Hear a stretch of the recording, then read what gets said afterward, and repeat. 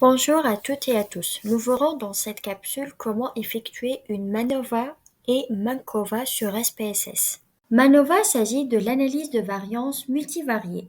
Par rapport à l'ANOVA qui analyse la relation entre une variable dépendante et indépendante, la MANOVA permet d'analyser la relation entre deux ou plusieurs variables dépendantes et une ou plusieurs variables indépendantes.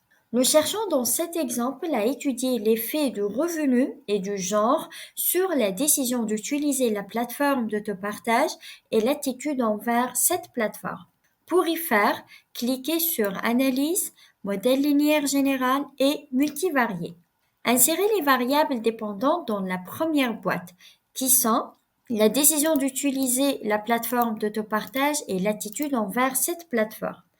Par la suite, insérez les variables indépendantes dans la deuxième boîte, qui sont le genre et le revenu. Puis, dans la rubrique Options, sélectionnez Statistiques descriptives et Test d'homogénéité. Ce dernier permet d'évaluer l'égalité de variance entre des groupes ou des niveaux de facteurs. Si P est supérieur à 0,05, les variances seront égales. Et si P est inférieur à 0,05, les variances seront inégales, mais même si ce test est significatif, nous pouvons quand même continuer notre analyse. Puis cliquez sur Poursuivre et OK. Le premier tableau indique la répartition de l'échantillon de l'étude en fonction du genre et du revenu. Dans notre cas, l'échantillon est composé de 362 hommes et 238 femmes. Nous remarquons aussi que sur 600 répondants, nous avons 109 répondants qui ont un revenu moins de 20 000 dollars.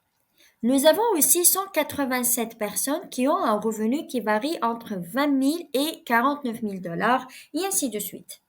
Le tableau suivant présente les statistiques descriptives.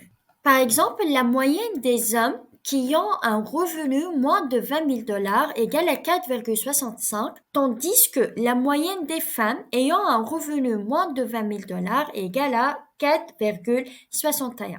Par la suite, nous avons le tableau qui présente les résultats du test de Box de l'égalité des matrices de covariance. Ce test est le plus utilisé pour vérifier si les matrices de covariance des différents groupes de l'analyse MANOVA sont égales. D'après ce tableau, la significativité est égale à 0,347 qui est supérieure à 0,05.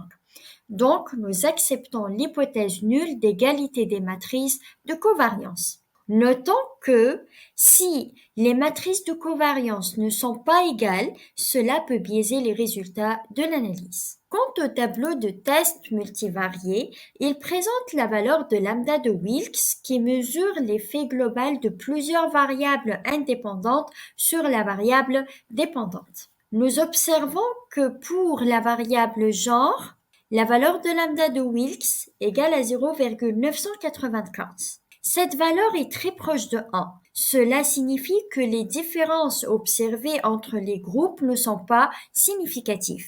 Et donc, cette variable n'explique pas la décision d'utiliser la plateforme d'autopartage et l'attitude envers cette plateforme. Nous avons aussi P égale à 0,221 qui est supérieur à 0,05.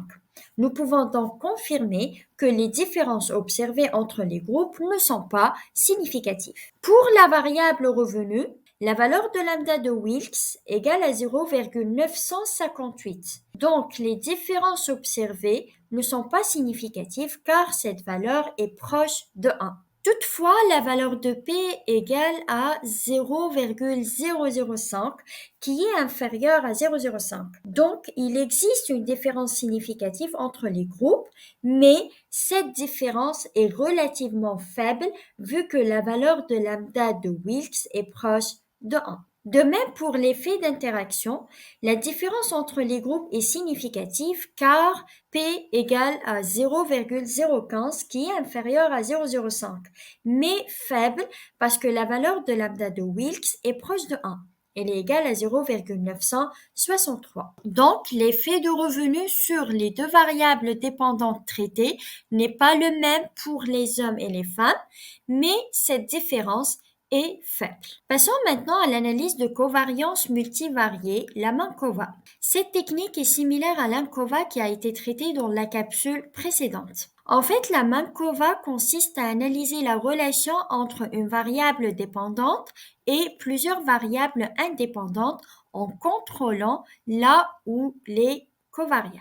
Nous utilisons pour cet exemple une autre base de données et nous cherchons à savoir si l'effet du facteur olfactif sur le comportement d'approche et les émotions des clients est significatif après le contrôle de la covariable, à savoir la motivation utilitaire.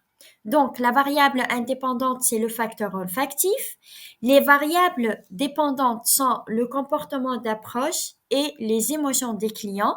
Et enfin, la covariable, c'est la motivation utilitaire. Pour analyser ces données à l'aide de la technique Mankova, cliquez sur Analyse, Modèle linéaire général et Multivarié.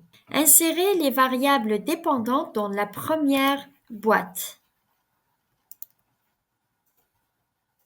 Puis insérez la variable indépendante dans la deuxième boîte qui est le facteur olfactif et la motivation utilitaire qui est la covariable dans la troisième boîte. Puis cliquez sur OK pour l'exécution. Le premier tableau présente le nombre de participants dans chaque catégorie. Par exemple, nous avons 86 personnes qui considèrent que l'odeur du magasin est favorable.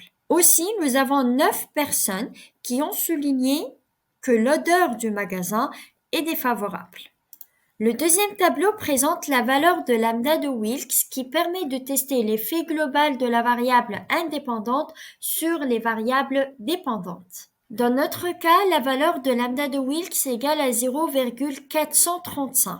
Cette valeur est comprise entre 0 et 1, mais elle est plutôt proche de 0 que 1, donc il existe une différence entre les groupes. Ainsi, la valeur de p-value est égale à 0,003 qui est inférieure à 0,05, ce qui signifie que la Mankova est significative. C'est-à-dire, il y a une différence significative dans les variables du comportement d'approche et des émotions après le contrôle de la covariable qui est la motivation utilitaire. Merci de votre attention.